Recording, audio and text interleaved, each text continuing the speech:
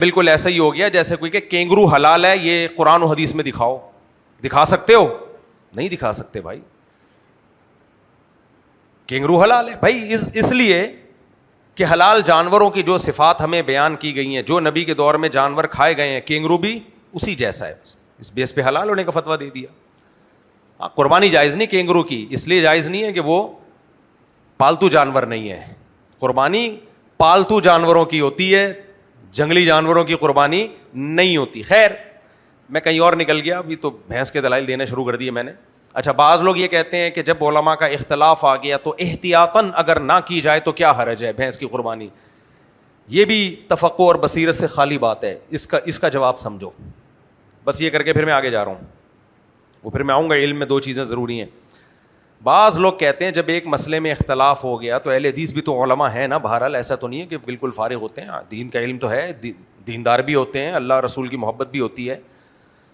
تو اختلاف کی بیس پہ چھوڑ دیا جائے تو کیا جا رہا ہے؟ خوب سمجھو, اختلاف وہ معتبر ہوتا ہے جو مجتہدین کا ہو. آج کل کے اسکالرس کے اختلاف کی کوئی حیثیت نہیں ہے, کوئی حیثیت نہیں ہے. مجتہدین سے اختلاف دکھائیں, اسلاف سے اختلاف دکھائیں. اور دوسری بات یہ کہ جب ایک مسئلے پر اجماع ثابت ہو جائے نا, پھر تو اس کے بعد اختلاف کرنا ہی ناجائز ہے, حرام ہے. کیوں؟ قرآن سے بھی پتہ چلتا ہے کہ یہ امت گمراہی پہ جمع نہیں ہو سکتی, حدیث سے بھی پتہ چلتا ہے یہ امت گمراہی پہ جمع نہیں ہو سکتی. صدیوں علماء فتویٰ دیتے آئے ہیں کہ بھینس کی قربانی جائز ہے, اور صدیوں میں ایک بھی معتبر اسکالر معتبر ایسے نہیں ملتے جنہوں نے اس کو ناجائز کہا ہو. تو اس کا مطلب اگر آپ اس میں مان لیتے ہو کہ شک ہے, بھینس کی قربانی کے جائز یا ناجائز ہونے میں شک ہے, اس کا مطلب آپ یہ مان رہے ہو کہ اجماع کے صحیح یا غلط ہونے میں شک ہے, حالانکہ قرآن و سنت نے بتا دیا امت کبھی بھی گمراہی پہ جمع نہیں ہو سکتی. تو اس شک کی بیس میں احتیاط کیا جائے گا جو شک کسی دلیل کی بنیاد پر ہو. جو شک کسی دلیل کی بنیاد پہ نہ, اس میں احتیاط نہیں ہوتی. اس کی بھی میں حدیث سے مثال دیتا ہوں. دیکھو, جب شعبان کی 29 تاریخ تھی, رات کو دیکھا بہت سے لوگوں نے چاند نظر نہیں آیا, اور حکومت نے فیصلہ کر دیا شعبان کے 30 دن پورے ہوں گے. ہوتا ہے نا بہت دفعہ, امکان تو تھا نا کہیں آیا ہو, امکان ہے کہ نہیں ہے؟ ہو سکتا ہے کسی کو نظر آیا ہو, اس کی گواہی نہ لی گئی ہو, یا ہو سکتا ہے کہیں نکلا ہو نظر ہی نہ آیا ہو, یا ہو سکتا ہے نظر آیا ہو مگر اس کی گواہی ہلال کمیٹی نے مسترد کر دی ہو. 15-20% امکان ہوتا ہے کہ ہو سکتا ہے رمضان شروع ہو گیا ہو.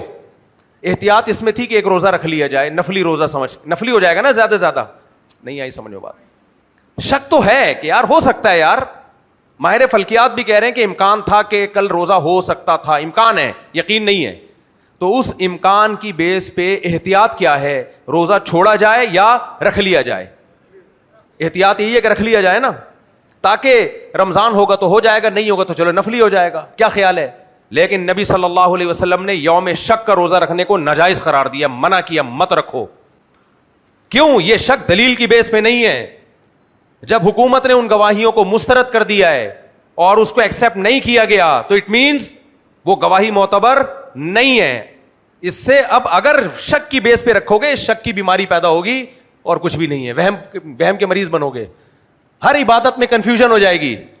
میں سمجھا پا رہا ہوں کہ نہیں سمجھا پا رہا؟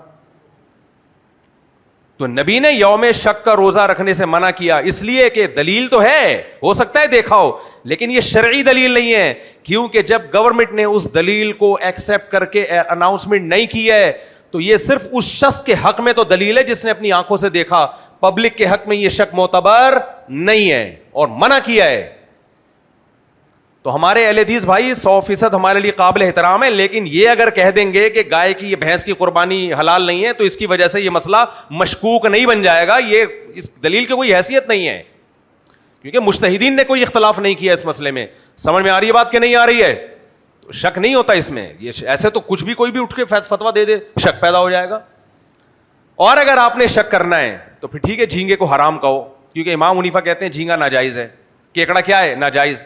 باقی امام کہتے ہیں جائز ہے. تو شک کی بیس پہ جھینگا بھی چھوڑو, کیکڑا بھی چھوڑو. یہ عجیب. ہمارے ایک دوست ہیں, بڑے قابل احترام ہیں, وہ بھی اہل حدیث ہیں, میرا بہت خون پیتے رہتے ہیں, لیکن میرے لیے قابل احترام ہے, بڑی بہترین دوستی ہے ان سے میری. اپنے آپ کو کہتے اہل حدیث نہیں ہے لیکن ہے وہ اہل حدیث ہی. تھوڑے تھوڑے چٹکلے بھی مجھے بھیجتے رہتے ہیں طنز کرنے کے لیے, لیکن دوستی ہے تو ہم بھی کر دیتے ہیں, دوستی میں تو چلتا ہے نا. اور عجیب آدمی ہیں اہل حدیث لیکن مجھے بڑا پروٹوکول کرتے ہیں, محبت بھی کرتے ہیں. بس کیا بتاؤں, میں محبت کی مثالیں نہیں دینا چاہتا, ہدیے ودیے نہیں دیتے, ویسے محبت کرتے ہیں. انہوں نے مجھے ایک دفعہ بھی بولا کہ مفتی صاحب اس مسئلے میں جب کیکڑا کھانا امام شافعی کے نزدیک جائز ہے, ٹھیک ہے امام حنیفہ ناجائز کہہ رہے ہیں اور آپ کے پاس دلائل بھی ہوں گے اپنے, ٹھیک ہے, لیکن ایک عرب سلفی عالم کا مجھے کلپ بھیجا کہ نبی صلی اللہ علیہ وسلم جب بھی دو مشکل معاملات میں پڑتے تو آسان کو اختیار کرتے, اختار ایسرہما.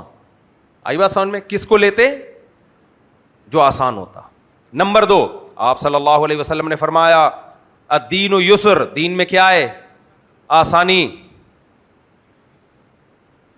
تو انہوں نے کہا جب دین آسان بھی ہے, کیکڑا سستا بھی ہے, یہ تو میں نے اپنی طرف سے لگا دیا, دین آسان بھی ہے, اور نبی صلی اللہ علیہ وسلم آسانی کو ہمیشہ ترجیح دیتے, اور نبی صلی اللہ علیہ وسلم نے یہ بھی فرمایا کہ اللہ چاہتے ہیں کہ اللہ نے جو رخصتیں ہمیں دی ہیں ہم ان رخصتوں سے فائدہ اٹھائیں, جو آسانیاں ہمیں دی ہیں ان آسانیوں سے ہم, بولو نا, فائدہ اٹھائیں. تو اب اللہ نے مجتہدین میں اختلاف ڈال دیا, اس کا مطلب بالاتفاق حرام نہیں ہے کیکڑا, بالاتفاق حرام نہیں ہے, تو اس کا مطلب اللہ کی طرف سے کیا ہے یہ؟ بھائی اللہ نے اگر اس میں شدت کرنی ہوتی چاروں اماموں کا اتفاق بھی تو کروا سکتا تھا نا, یعنی ایسے دلائل کے انبار لگا دیتا اللہ کیکڑے پر کہ سب کا اتفاق ہو جاتا. جیسے 5 نمازوں میں سب کا کیا ہے؟ اتفاق ہے, رمضان کے روزے میں سب کا اتفاق, حج فرض ہے سب کا اتفاق, داڑھی ایک مٹھی رکھنا ضروری ہے سب کا اتفاق, عورت پہ پردہ ضروری ہے سب کا اتفاق. جب کیکڑے میں اختلاف ہے اس کا مطلب کچھ ہے. آئی بات سمجھ میں؟ دیکھو کیکڑا کھانے, کیکڑا بھی کہہ رہا ہوگا یار کیا بات ہے یار میری نسل کشی کے لیے. میں نے کہا بھائی دیکھو بات یہ ہے, ایک طرف کی دلیل آپ لے رہے ہو, دوسری طرف کی دلیل نہیں لے رہے. ان حدیثوں کا یہ مطلب نہیں ہے, ان حدیثوں کا یہ مطلب نہیں. میں نے کہا اگر ان حدیثوں کا یہ مطلب ہے تو دوسری طرف دوسری حدیث بھی ہے, الحلال بین والحرام بین, حلال بھی واضح ہے اور حرام بھی واضح ہے. حلال کیا ہے؟ شہد کیا ہے؟ بولو, حلال واضح ہے, کوئی اختلاف ہے اس میں. روٹی کیا ہے؟ حلال, کوئی اختلاف ہے اس میں. 4 شادیاں کیا ہیں؟ حلال, بشرطے کہ عدل بھی کرے, کوئی اختلاف ہے اس میں.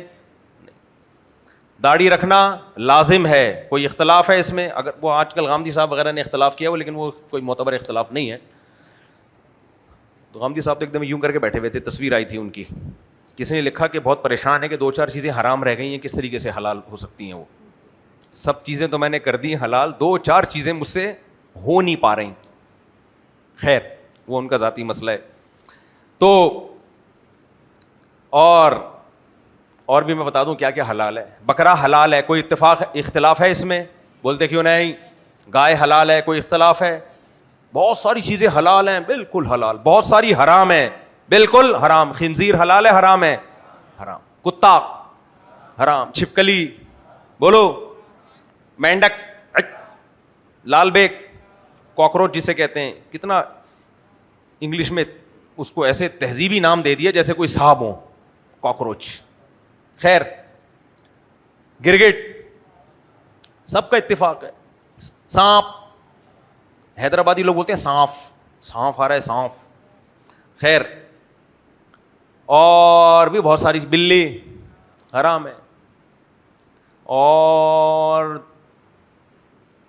چوہا, شیر, جتنے درندے ہیں, چیل, کوے, سب اس میں کوئی اختلاف نہیں ہے. میں نے جو کوے کے بارے میں میرا کلپ چلا تھا نا حلال ہے, وہ جس کوے کے بارے میں چلایا ہے وہ کئی بار وضاحتی بیان دے چکا ہوں, دلائل, لیکن کمبخت فتنہ پرست تھوڑا سا توڑ کے نکالتے ہیں اور چلا دیتے ہیں مارکیٹ میں, اور نیگیٹو چیز چل جاتی ہے, جو پوری بات ہے وہ نہیں چلی. کئی بار ریکارڈ, اس کی مثال ایسے ہے, میرا ایک کلپ چل رہا ہے مردانہ قوت کی دوائیں بیچتا ہوا اور پروسٹیٹ غدود کی دوائیں بیچتا ہوا. یہاں بوڑھے بوڑھے بزرگ آ رہے ہیں مجھ سے وہ دوا لینے کے لیے, اور ایک نے کہا مفتی صاحب 12,000 قیمت زیادہ, تھوڑی کم کر لو. میں نے کہا خدا کا واسطہ میں یہ کام نہیں کرتا, نہ میں پروسٹیٹ کی دوائیں بیچتا ہوں, نہ میں مردانہ قوت کی دوائیں. کہتے ہیں آپ کا کلپ چل رہا ہے. میں نے کہا بھائی غلط ہے,